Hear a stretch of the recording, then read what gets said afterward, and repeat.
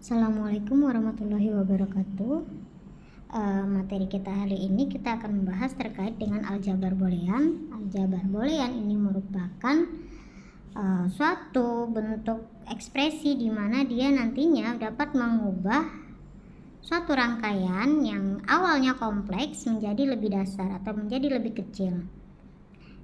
Bagaimana hal tersebut bisa terjadi ketika dia sudah nantinya menggunakan yang namanya hukum-hukum boolean dan menggunakan yang ada nanti pada bagian ekspresi boolean.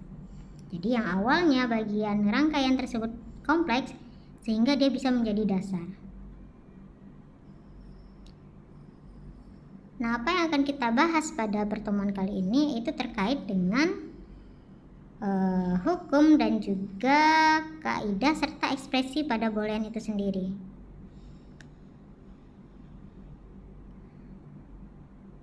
Nah, aljabar boolean merupakan teknik yang bisa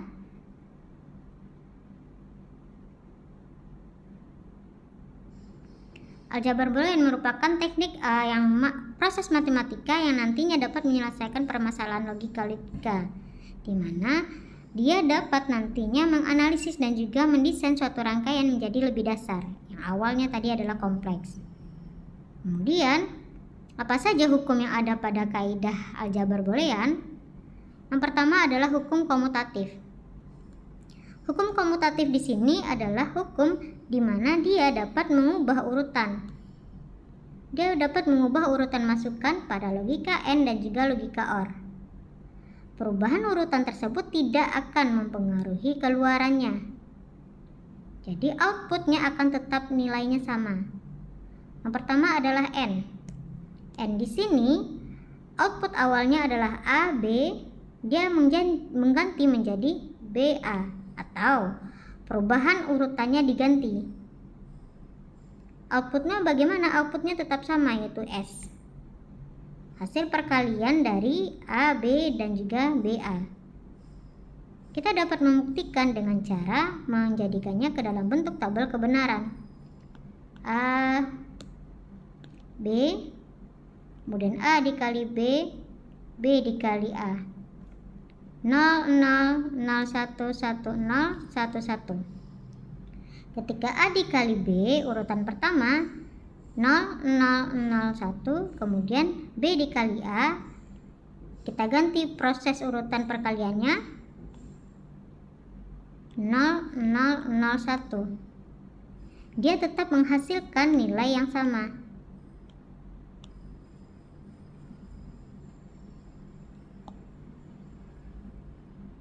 Jadi dia tetap menghasilkan output yang sama meskipun urutannya diganti atau berubah. Itu juga berlaku pada OR. Proses tersebut juga berlaku pada OR. Hukum komutatif juga berlaku pada OR. Yang awalnya outputnya inputannya adalah AB, diganti urutannya menjadi BA. Hasil atau outputnya itu akan tetap sama. Kita juga dapat membuktikannya. AB, kemudian A ditambah B, B ditambah A. 0, 0, 0, 1, 1, 0, 1, 1. Ketika dijumlahkan 0, 1, 1, 1, B dan A dijumlahkan 0, 1, 1, 1. Dan di sini terlihat bahwa perubahan urutan tersebut juga tidak akan mempengaruhi output. Sehingga dapat dikatakan bahwa hukum yang ada pada komutatif ini adalah benar. Jadi salah satu hukum yang ada pada aljabar boolean adalah hukum komutatif. Kemudian hukum yang kedua apa? Hukum yang kedua adalah hukum asosiatif. Hukum asosiatif di sini merupakan hukum di mana dia cara pengelompokannya tersebut baik pada operasi OR dan juga operasi AND tidak akan mempengaruhi keluaran, sama seperti tadi. Dia tidak akan mempengaruhi keluaran. Misalkan kita contohkan pada operasi AND. Operasi AND yang awalnya inputannya adalah A, B, C, di mana proses pertama yang dilakukan adalah perkalian A dan B. Kemudian hasilnya baru dikalikan dengan C, diganti menjadi yang dikalikan pertama kali adalah B dan C, baru hasilnya dikalikan dengan A. Prosesnya atau hasil akhirnya itu akan tetap sama outputnya. Itu juga berlaku pada OR. Ketika OR inputan pertama yang diproses adalah A dan B dijumlahkan, kemudian hasil akhirnya atau dari hasil penjumlahan AB ditambahkan dengan C, itu akan menghasilkan output yang sama dengan B dengan C dijumlahkan terlebih dahulu, baru nanti hasilnya dijumlahkan dengan A. Outputnya akan tetap sama. Bagaimana kita dapat membuktikannya? Kita dapat membuktikannya dengan mencari dalam bentuk tabel kebenaran. A, B, C 0, 0, 0, 0, 0, 1, 0, 1, 0, 0, 1, 1, 1, 0, 1, 1, 1, 0, dan 1, 1, 1. Yang pertama adalah A dikali B.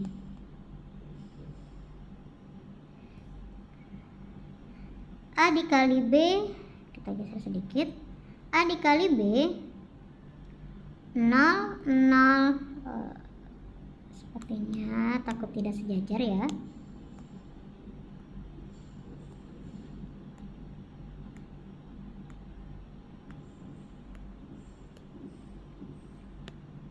A dikali B adalah 0, 0, 0, 0, 0, 0, 1, 1. Kemudian kita cari selanjutnya A dikali B, kemudian dikalikan dengan C. 0, 0, 0, 0, 0, 0, 0, dikalikan dengan C ya, 0, 1. Hasil output yang di bagian ketiga, yang ini akan sama nantinya dengan proses selanjutnya. B dikalikan dengan C dan nantinya adalah A dikalikan dengan B dikalikan dengan C.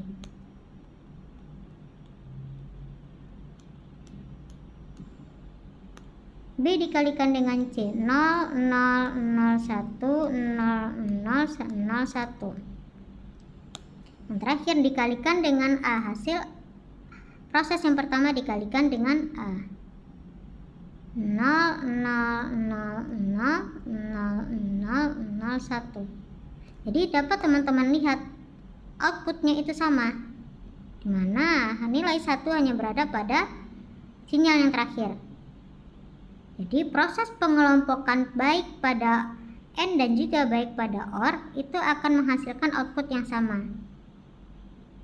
Ketika dia semuanya perkalian atau ketika dia semuanya AND rangkaiannya ataupun persamaannya, atau ketika dia semua rangkaian dan persamaannya itu adalah OR, outputnya akan tetap sama. Nah, yang selanjutnya adalah hukum yang terakhir, yaitu hukum distributif. Hukum distributif adalah hukum di mana pendistribusian variabel dari suatu kelompok itu ada dua. Yang pertama adalah distributif pertama, yang kedua distributif kedua. Jadi nilai di mana A dikali dengan B ditambah C akan sama hasilnya dengan A dikali B ditambah dengan A dikali C. Itu untuk hukum distributif pertama. Hukum distributif kedua, A ditambah B dikali dengan A ditambah C hasilnya akan sama dengan A dikali C tambah dengan A dikali D ditambah dengan B dikali C dan B dikali D. Dia akan menghasilkan output yang sama. Kita juga dapat membuktikannya. Hukum yang pertama, inputnya ada 3, 0, 0, 0, 0, 0, 1, 0, 1, 0, 0, 1, 1, 0, 1, 0, 0, 1, 0, 1, 1, 0, dan 1, 1, 1. Yang pertama kita coba proses adalah B ditambah C. B ditambah C, kemudian baru A dikali B ditambah C. Kemudian A dikali B, A dikali C. Terakhir adalah A dikali B ditambah dengan A dikali C. Ini yang akan kita buktikan.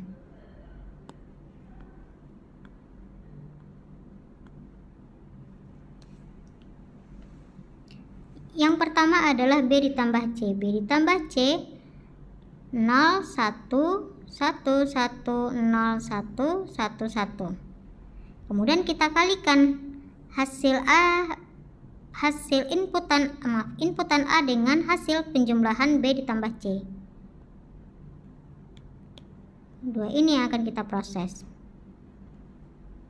Berarti ini adalah 0, 0, 0, 0, 0, 1, 1, 1. Kemudian kita akan buktikan dengan persamaan yang kedua, A dikali dengan B. 0, 0, 0, 0, 0, 0, 1, 1. A dikali dengan C. 0, 0, 0, 0, 0, 1, 0, 1. Nah, di sini akan kita buktikan apakah benar persamaan yang ada pada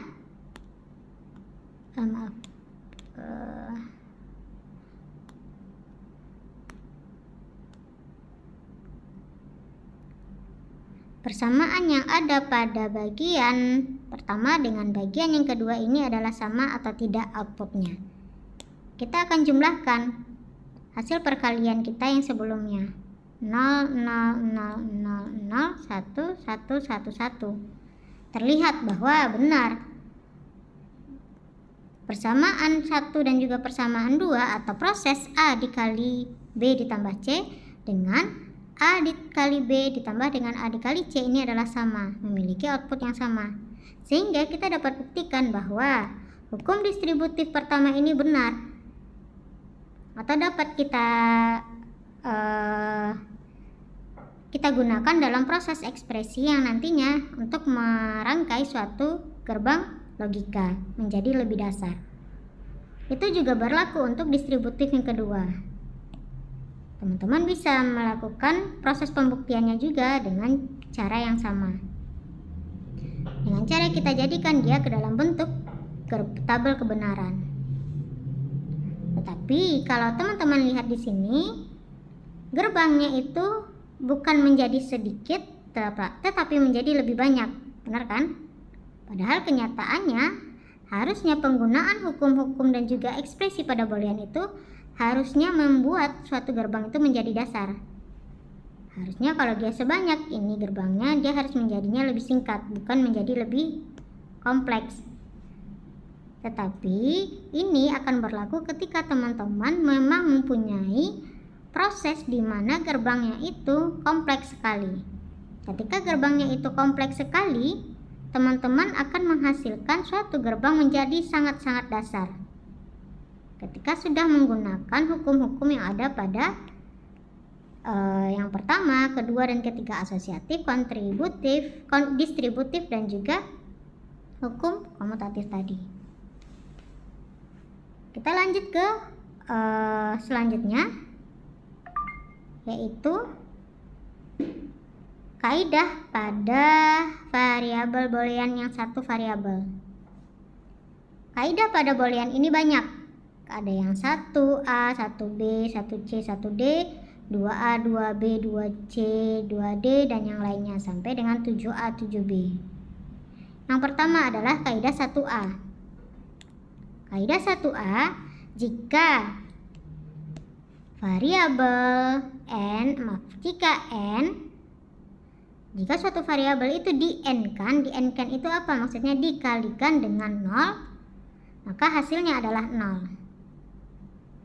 Variabel itu nilainya apa saja bebas, boleh dia memiliki nilai 1, boleh dia memiliki nilai 0. Jadi apapun isian atau inputan variabel tersebut, ketika dia dikalikan dengan 0, hasilnya adalah 0.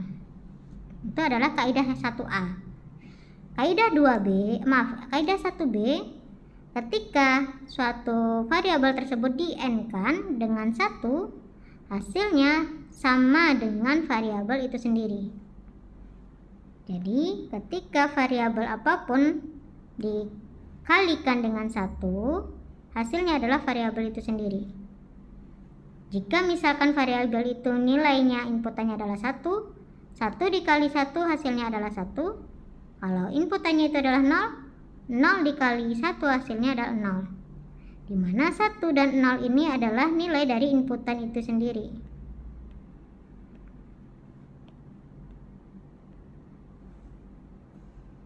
Itu adalah ketentuan atau kaidah pada aljabar boolean untuk 1A dan 1B. Lalu untuk 1C dan juga 1D bagaimana? 1C di saat variabel itu di-n-kan dengan variabel yang sama, hasilnya adalah variabel tersebut. Jika A dikali dengan A, hasilnya adalah A. Seperti apa? Jika A di sini adalah 1 dikali 1 adalah 1. Jika A itu dimisalkan dengan 0 dikali 0 adalah 0. Itu adalah ketentuan pada kaidah 1C. Bagaimana kalau kaidah 1D? Prosesnya sama. Variabel jika di-n-kan hasilnya komplemennya, jika di-n-kan dengan hasil komplemennya, maka hasilnya adalah 0. Komplemen itu adalah inverse, kebalikan nilainya. Jadi kalau di sini kita misalkan A itu adalah 1, maka komplemen dari 1 adalah 0 ya. Maka ini A adalah 1.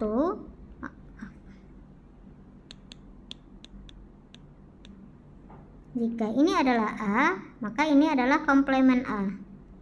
Maka kalau misalkan awalnya A itu adalah 1, maka komplemennya adalah 0. 1 dikali 0 hasilnya adalah 0. Kemudian jika kita misalkan A itu adalah 0, komplemennya berarti adalah 1. 0 dikali 1 hasilnya adalah 0. Jadi bilangan variabel tersebut dikalikan dengan komplemennya atau inversenya, hasilnya adalah 0. Itu adalah ketentuan-ketentuan atau kaidah-kaidah yang ada pada aljabar boolean untuk poin pertama. Lalu bagaimana untuk poin kedua? Di sini sedikit dijelaskan terkait dengan komplemen. Komplemen sama dengan inverse ya, kebalikan dari nilai tersebut. Jadi ini tidak perlu saya jelaskan lagi, kita sudah belajar inverse. Kemudian kaidah yang kedua adalah 2A. Kalau tadi untuk 1, baik 1A sampai dengan 1D itu berlaku untuk N, 2A sampai dengan 2D itu berlaku untuk OR. Kaidah 2A, jika variabelnya di-OR-kan dengan 0, hasilnya adalah variabel itu sendiri. Kalau kita misalkan A itu adalah 1, A itu adalah 0, ditambahkan dengan 0, maka hasilnya adalah variabel itu sendiri.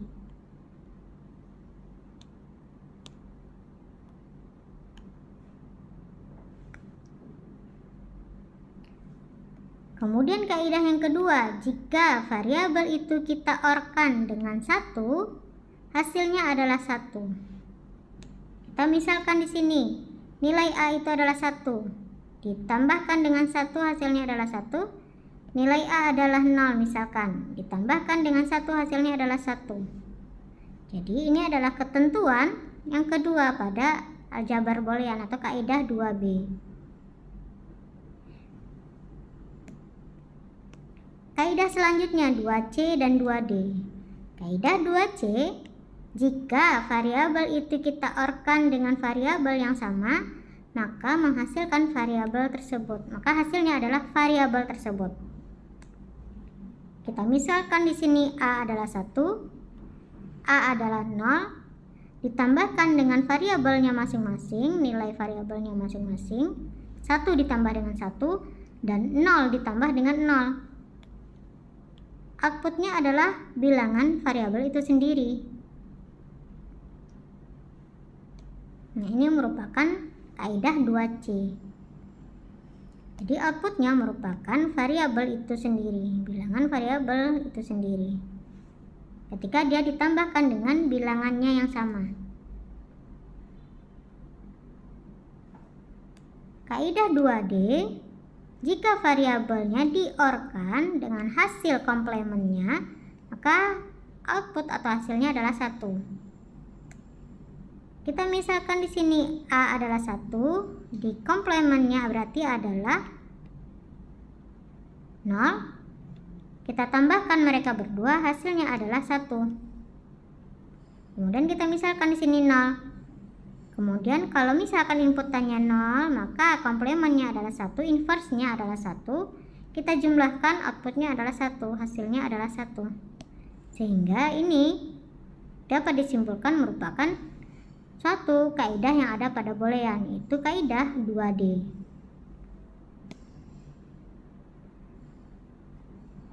Nah, ini adalah contoh-contoh kaidah di mana yang pertama ini merupakan penggunaan kaidah 2A, penggunaan kaidah 1B, penggunaan kaidah 2D, dan penggunaan kaidah 1D.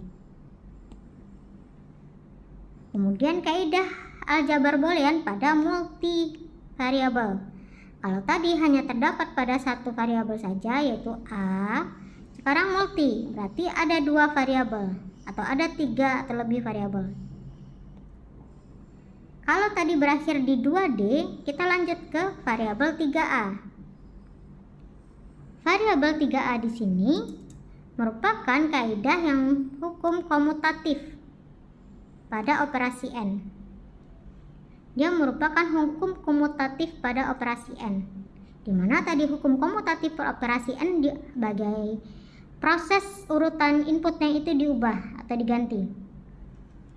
Yang awalnya A dikali B diganti menjadi B dikali A. Dia akan menghasilkan output yang sama. Hukum komutatif operasi N merupakan kaidah ketiga dari aljabar boolean. Sedangkan hukum komutatif pada operasi OR merupakan kaidah ke-3B pada kaidah operasi aljabar boolean. Nah, ini berarti tidak perlu saya jelaskan lagi karena tadi sudah ya. Jadi, meskipun posisi urutannya diganti baik untuk operasi N dan juga operasi OR, dia akan menghasilkan output yang sama atau nilai akhirnya akan tetap sama. Dan yang selanjutnya adalah hukum kaidah 4A. 4A dan juga 4B. 4A asosiatif pada operasi N, 4B asosiatif pada operasi OR. Pengelompokannya diganti.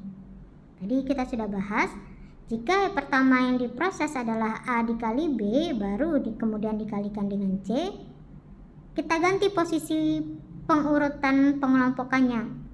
Kita cari dulu B dikali C, baru kita kalikan dengan A, itu hasil outputnya akan tetap sama. Begitu juga untuk asosiatif operasi OR. Pengelompokannya, meskipun posisi pengelompokannya berubah, outputnya akan tetap sama. Jadi A ditambah B ditambah dengan C sama dengan A ditambah B ditambah dengan C. Dan yang terakhir kaidah 5, yaitu distributif. Ini merupakan hukum yang ada pada distributif, kaidah yang berlaku pada hukum distributif. Dia juga ada 5A dan juga 5B. Berarti yang 5A merupakan hukum distributif pertama, yang 5B merupakan hukum distributif kedua. Jadi, hukum-hukum yang ada pada operasi boolean dari yang hukum yang pertama atau hukum komutatif sampai dengan hukum distributif tetap juga berada pada kaidah aljabar boolean, yaitu kaidah dari 3A, 3B, dan juga 4A, 4B, serta kaidah yang kelima. Nah, kita lanjut kaidah yang keenam. Kaidah yang keenam, kaidah yang berfungsi mengeliminasi variabel atau yang disebut dengan hukum absorpsi. Jadi ketika terdapat persamaan A ditambah dengan B, A ditambah dengan A kali B, itu hasilnya adalah A. Ini adalah hukum yang berlaku pada kaidah yang keenam aljabar boolean atau hukum absorpsi. Jika nanti teman-teman mendapatkan persamaan A ditambah dengan A dikali dengan B, maka ini nanti teman-teman dapat singkat dia menjadi A saja. Tidak perlu teman-teman cari hasil perkalian A dikali B, nanti kemudian baru teman-teman jumlahkan hasilnya tersebut dengan A. Jadi tidak perlu mencari hasil sepanjang itu untuk terdapatnya proses logika atau persamaan A ditambah dengan A dikali B. Nanti teman-teman cukup membuat hasil atau nilainya A saja, karena itu nilai akhirnya sama. Dapat dibuktikan dengan dapat dibuktikan dengan tabel kebenaran. Di sini terdapat suatu inputannya itu A dan juga B. Kemudian kita kalikan dulu A dikali dengan B. Kemudian hasil perkalian A dikali B kita jumlahkan dengan A, sehingga terdapat hasilnya 0001. 0001 merupakan nilai atau sinyal yang berada pada inputan A. Jadi terbukti bahwa benar proses operasi atau persamaan A dikali dengan B hasilnya akan sama dengan A saja. Itu adalah bentuk penyederhanaan menggunakan kaidah yang keenam. Kemudian kaidah yang ketujuh. Kaidah yang ketujuh merupakan hukum yang namanya konsensus, mengeliminasi variabel. Di sini dia ada A dan B. Kaidah ini juga dapat dibuktikan, di mana persamaan yang pertama adalah A ditambah dengan A komplement atau A inverse dikali dengan B, itu sama dengan A ditambah B. Kemudian A inverse ditambah dengan A dikali dengan B sama dengan A inverse ditambah dengan B. Masing-masingnya dapat dibuktikan. Nah, ini merupakan pembuktian persamaan yang pertama atau 7A. Ini merupakan pembuktian yang persamaan kedua atau 7B. Jadi apabila teman-teman nantinya terdapat sebuah persamaan yang sepanjang persamaan yang pertama atau 7A, teman-teman dapat singkat dia menjadi A ditambah B saja. Kemudian apabila teman-teman nantinya mendapatkan sebuah persamaan A aksen ditambah dengan A dikali B, teman-teman dapat singkat menjadi A aksen ditambah B saja. Jadi teman-teman tidak perlu membuat proses satu persatu. Karena ketika ingin mencari sebuah persamaan yang sepanjang ini, berarti ada beberapa langkah yang harus teman-teman lakukan. Pertama, teman-teman harus mencari A inverse-nya terlebih dahulu. Setelah mencari A inverse-nya, maka teman-teman selanjutnya adalah mencari proses perkalian AB. Kemudian yang ketiga baru mencari proses penjumlahan.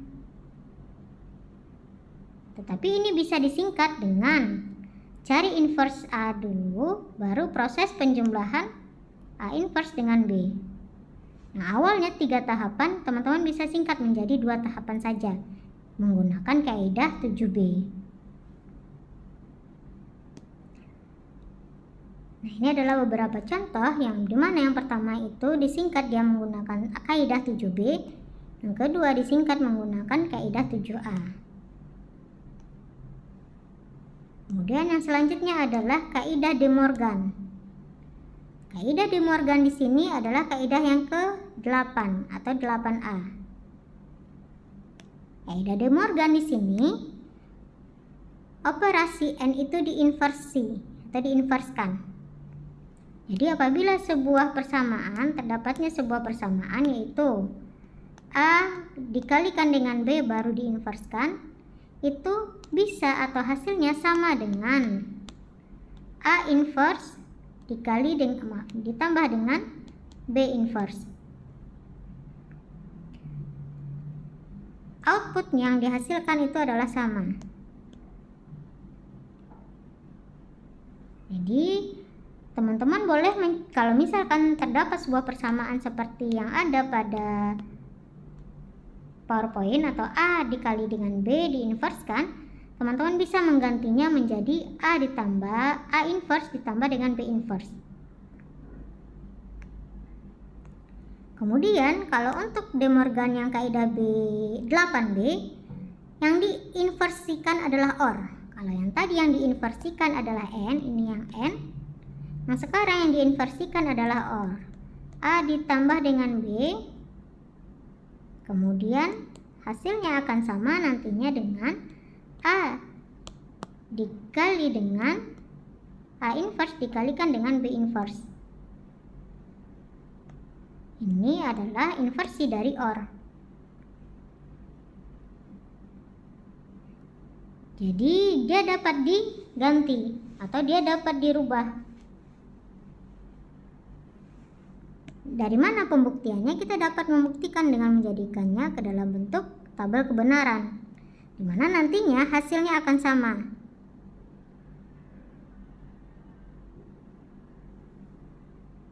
Jadi apabila nanti terdapat sebuah persamaan seperti yang ada pada layar teman-teman, baik inversi A dikali B atau A ditambah B diinversikan, bisa dijadikan dalam bentuk beragam. Teman-teman boleh memakai yang pertama atau yang kedua, tetapi ketika ingin disederhanakan berarti proses yang pertama atau proses inversi N dan juga OR ini, ketika ingin disederhanakan teman-teman harus pisah agar prosesnya bisa berlanjut. Ketika dia nantinya merupakan proses persamaan yang kompleks. Nah, ini adalah sedikit pengertian bahwa secara umum, cara untuk menggunakan kaidah De Morgan ini adalah memotong inversi pada setiap variabel. Kemudian dia akan mengganti tanda logika N menjadi OR dan tanda logika OR menjadi N. Jadi, di sini tanda logika N dirubah menjadi OR, tanda logika OR diubah menjadi N. Nah, ini adalah contoh lainnya. Kemudian kaidah inversi ganda, itu adalah kaidah yang terakhir yaitu kaidah 9, di mana inverse kita inverskan lagi. Jadi ketika ada inversi ganda, nilainya adalah nilai awal atau nilainya adalah nilai inputan awal. Misalkan terdapat A diinverskan, maka hasilnya adalah A inverse.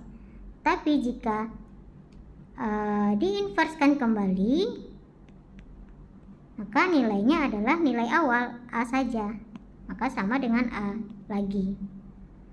Jadi ketika A inverse diinverskan lagi, maka dia memiliki dua buah tanda inverse, nilainya akan sama dengan A. Jika ini adalah 1, diinverskan dia 0, diinverskan lagi dia adalah 1. Jadi nilainya akan tetap sama. Jadi dapat disimpulkan bahwa A inverse ganda sama dengan A.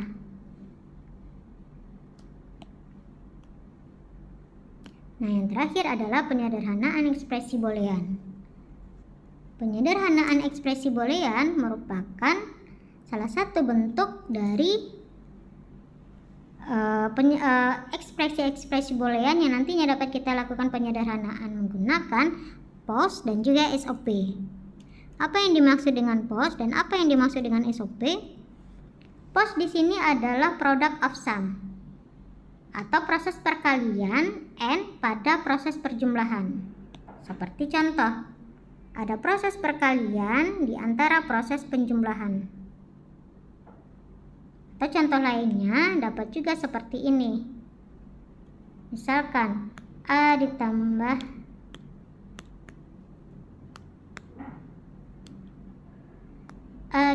dengan B, kemudian dikali dengan A ditambah dengan C, kemudian dikali dengan A ditambah dengan B inverse dan lainnya. Jadi POS di sini product of sum itu merupakan adanya proses perkalian di antara pengelompokan proses penjumlahan. Sedangkan SOP atau sum of product kebalikannya. Proses penjumlahan di dalam proses perkalian.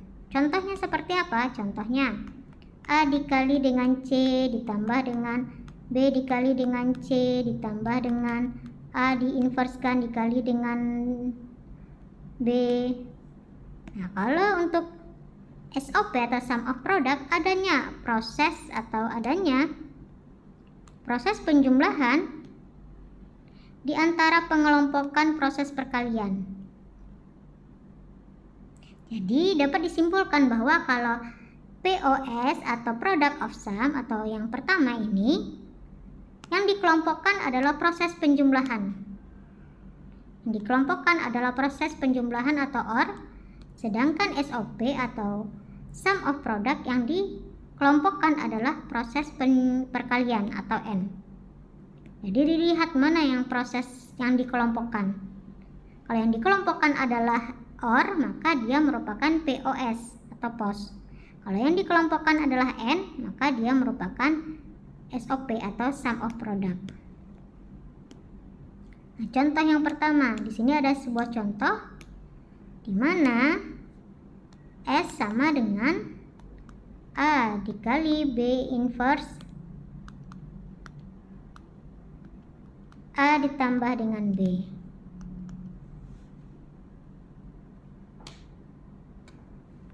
Nah, di sini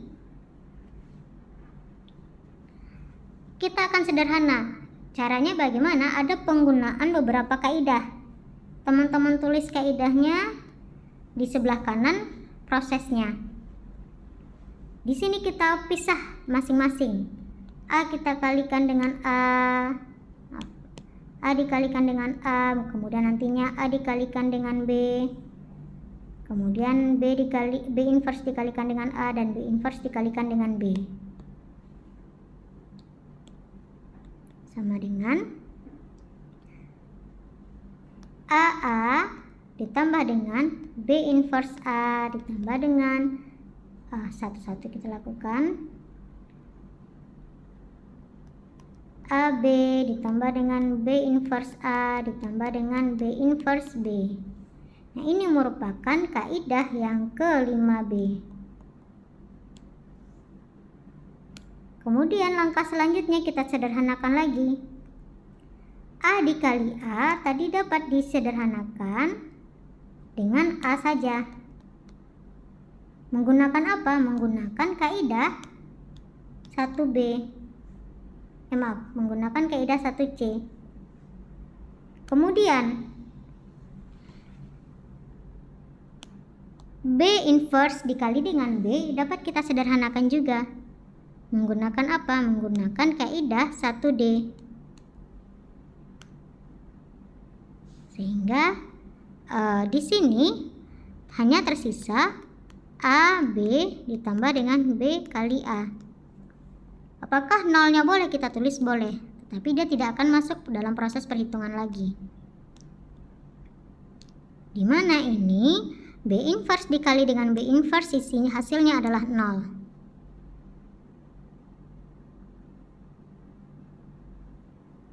Nah, kita sederhanakan kembali.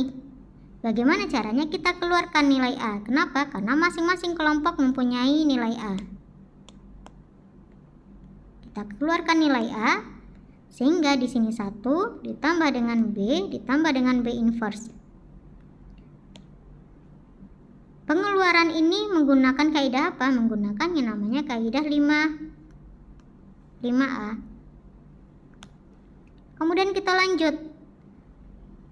Proses pengelompokan di sini di mana 1 ditambah dengan B ditambah dengan B inverse itu dapat disederhanakan dengan 1.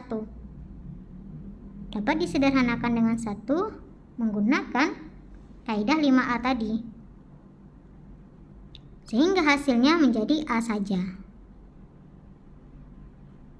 Yang awalnya persamaannya panjang, yang awalnya gerbangnya itu besar seperti ini, lebih kompleks. Ketika teman-teman sudah menyederhanakannya menggunakan beberapa kaidah yang ada pada aljabar boolean, gerbangnya hanya menjadi 1 saja, atau dapat dikatakan tidak ada gerbang.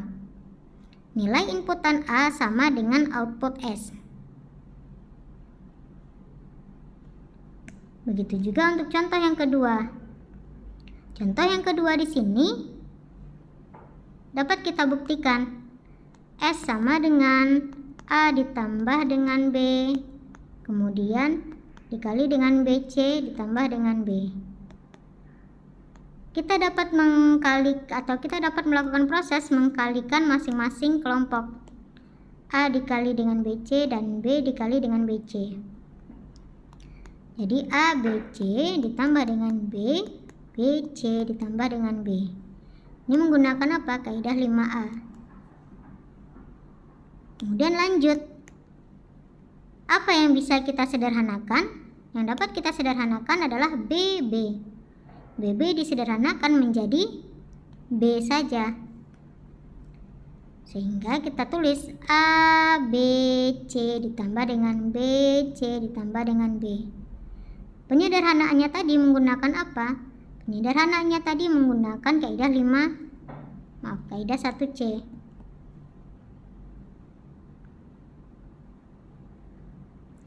Lalu pada proses selanjutnya kita lakukan apa? Kita lakukan proses pengeluaran. Apa yang akan kita keluarkan? Yaitu nilai B, inputan B. Karena masing-masing kelompok mempunyai inputan B. Sehingga B AC tambah C tambah 1. Ini menggunakan kaidah berapa? Kaidah 5A.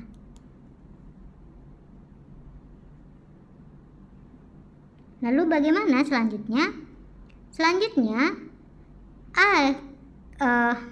bilangan apapun ditambahkan dengan 1. Proses ini kita kalikan atau ini dapat disederhanakan dengan 1. Menggunakan apa? Menggunakan kaidah 2B. Di mana tadi adalah bilangan atau inputan apapun atau variabel apapun ditambahkan dengan 1, hasilnya adalah 1. Sehingga hasilnya B dikali dengan 1 sama dengan B. B dikali dengan 1 sama dengan B menggunakan kaidah berapa? Kaidah 1B. Sehingga yang tadinya dia mempunyai rangkaian gerbang panjang dan besar atau kompleks, ketika disederhanakan dia hanya menjadi 1 proses saja, tidak ada gerbang di dalamnya. Dapat disimpulkan output S adalah nilai yang sama dengan inputan B. Nah, itu adalah contoh kita. Jadi materi kita sampai di sini.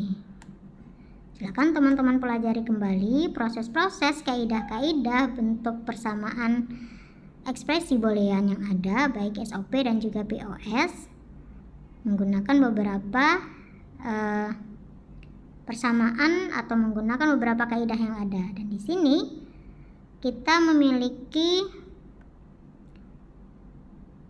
dapat disimpulkan bahwa berapa banyak pun rangkaian atau sebesar apapun rangkaian yang ada atau sekompleks apapun rangkaian yang ada, dapat kita lakukan penyederhanaan menggunakan kaidah boolean, menggunakan ekspresi boolean.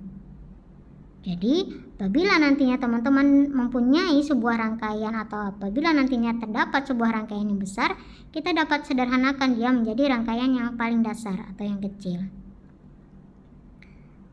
Sekian materi kita hari ini. Wassalamualaikum warahmatullahi wabarakatuh.